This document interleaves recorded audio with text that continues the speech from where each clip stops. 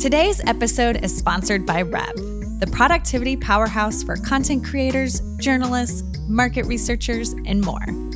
Capture audio from anywhere, get AI-powered summaries and quotes, and leave security worries behind with Rev. Whether you're on the go or in the office, Rev's got you covered. Discover more at rev.com.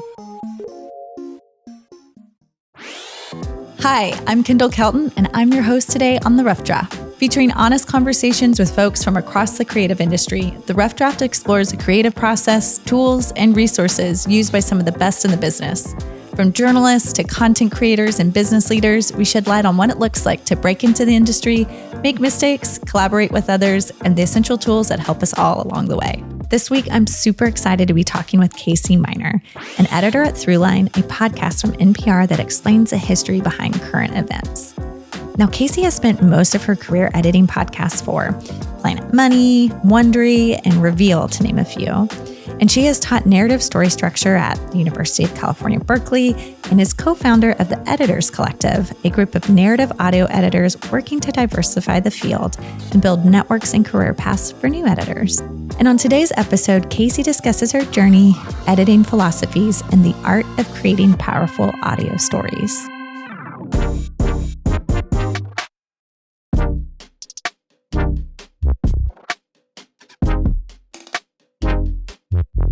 So Casey, I want to do a deep dive with you on one of your particular episodes of Throughline that you worked on. It's called A Tale of Two Tribal Nations.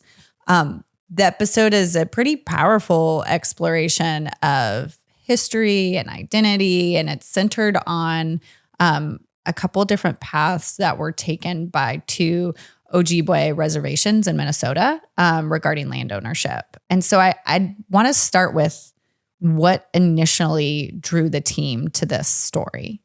Yeah. So that story was pitched by our producer, Anya Steinberg, who had this experience when she's from Minnesota originally, which is where she and her co-reporter, Sequoia Carrillo, ended up doing this field reporting. But what she talked about is Anya is not native. But what she talked about is that growing up, she always went to the summer camp, and the summer camp was on a reservation. It was on tribal land. And when she was older, she started to reflect on that and think like, wait a minute, like, why could I go to a summer camp that was on a reservation? Why was I able to do that? I thought that land would belong to the tribe, right? And so she had researched this in college, and she ended up basically bringing the story where she was like, hey, there's actually this really interesting story where did you know that most tribes in the US don't actually own most of their reservation land?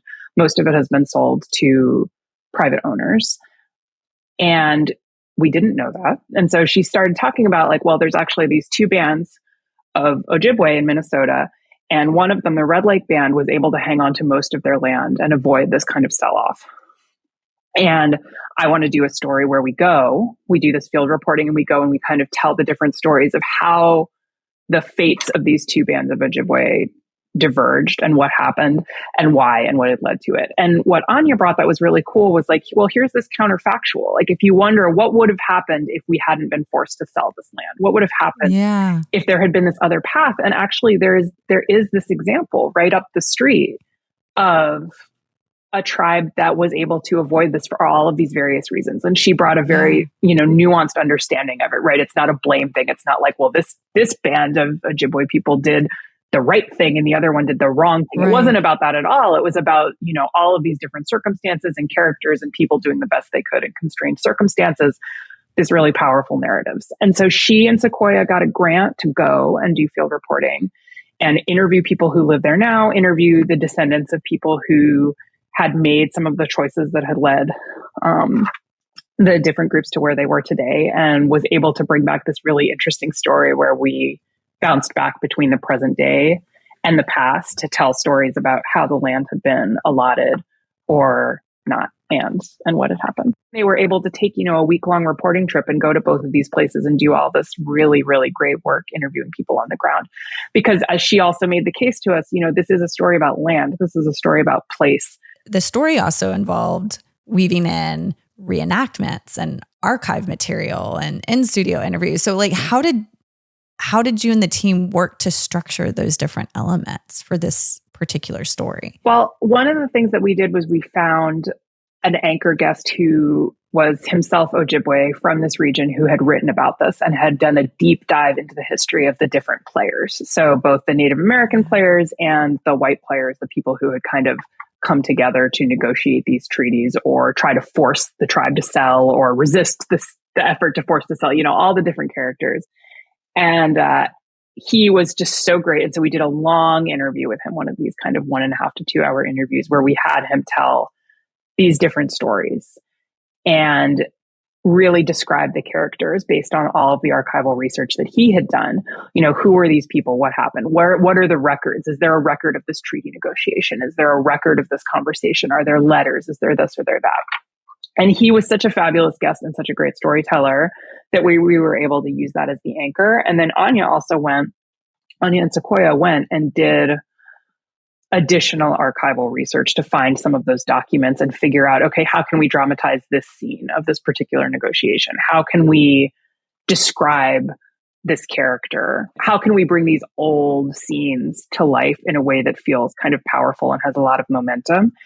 And so then we just kind of worked through how to do that. I mean, once we had all of the material, we went through that storyboarding process that I described, and we settled on kind of moving back and forth between doing a kind of scene in the present day and then diving back into the history that kind of led you up to that scene. And that let us use all the great field tape they got, where they're describing, being on the ground or, being on the Red Lake reservation where all of the signs are in Ojibwe and things like that. And, there's Ojibwe radio station and all that. We got to use recordings from the local radio station, which was so great.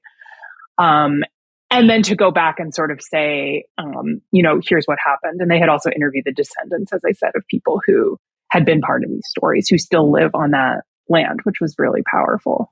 So how did not being Native American, how did the team approach those relationships and build trust to be able to go in and to tell the story? Yeah, I think we had a couple different ways. I mean, Anya had built some of these relationships with some of the people we interviewed through her own research in college when she had started looking into this. And so she knew some of the people we talked to and asked for introductions and things like that. They planned to go there. And then Sequoia, her co-reporter, is herself Native. She's not Ojibwe from Minnesota, but she is Native, and she's also done a lot of reporting for NPR on Native communities. And so I think, and she was really, really helpful to us also.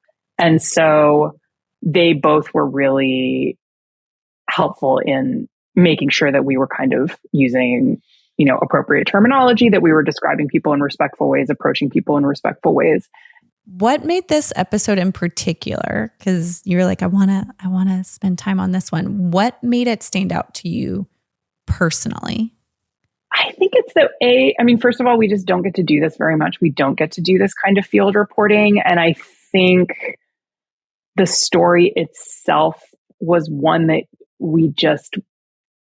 I had never heard anything like it. And I don't think I would have heard about it if it weren't something that Anya had experienced firsthand and that she really wanted to dive into. It's not the kind of thing that gets covered regularly in media. And I think it felt really different either than other sort of stories that I have heard in mainstream media about Native American communities. And it had great characters. Everybody had so much agency. Everybody was really three-dimensional, but it was just so rich. Like, it was rich in the present and it was rich in the past. I think that was the other thing, is it also felt like a story that was very alive. It didn't feel like, oh, let me tell you a story about these people who are gone now. It was like, no, here are all these people who live here right now in, the 2020s. And also, here's how they are still kind of working with and grappling with the legacy of all these other things that have happened, which was also really active because efforts to get more land back are still active and underway, right? Efforts to rebuild community are active and underway. And so I loved it. It felt so alive and unexpected and interesting. And I learned so many things that I didn't know, including, but also much far beyond that kind of initial factoid that we open with, which is like, hey, did you know that most tribes don't actually own their reservation land? Do you find, I guess, is that kind of like the what you're looking for as an editor, when you have your own kind of take, but then you just see the whether it's the reporters or maybe it's the whole team, just like come to life, and it just feels like just very magical. Is that kind of like, that's what I'm doing? Yeah, no, absolutely. Absolutely. And in this case, it was fun because I don't usually get to work with reporters on field reporting trips, but I got to help them, and I had them send me voice memos at the end of every reporting day telling me what they had done and what was cool and what they remembered and where they were. And we used those as the basis for drawing some of the details that ended up in the story, and just getting to do that whole part of it and really have it be a 3-dimensional experience was so much fun and really cool. And it's such a great story. And I was really an honor to help them make it. And it won an award. We won an Indigenous Media Award for that story. So, oh my goodness. Well, congratulations. Thank you. I mean, really, it's like Anya and Sequoia who should get the main congratulations. Well, we're definitely going to link to that episode in particular in the show notes. Thank you so much for joining us. Before we go, can you let our audience know where they, can find you and your team's work? And thank you. It's been a total pleasure. I love to talk about editing. So thanks for having me on. I am not really active on social media. And so, the rarity. We love it. I have good for you. A handle on X, formerly Twitter, but I don't use it all that often. If you want to find me there, it is Reed Miner, ReedMiner. But otherwise, I recommend just following Throughline. So the show is from NPR, and it's called Throughline. You can find it wherever you get your podcasts. Amazing. Well, we'll link to that in the show notes. Thank you again for joining us. Yeah. Really appreciate it, Casey. Yeah, my pleasure. Well, that's it for today's episode of The Rough Draft. Be sure to rate and subscribe in order to stay up to date with the latest episodes, and visit rev.com/podcasts for even more content. Thank you for listening, and we look forward to seeing you again on the next episode of The Rough Draft.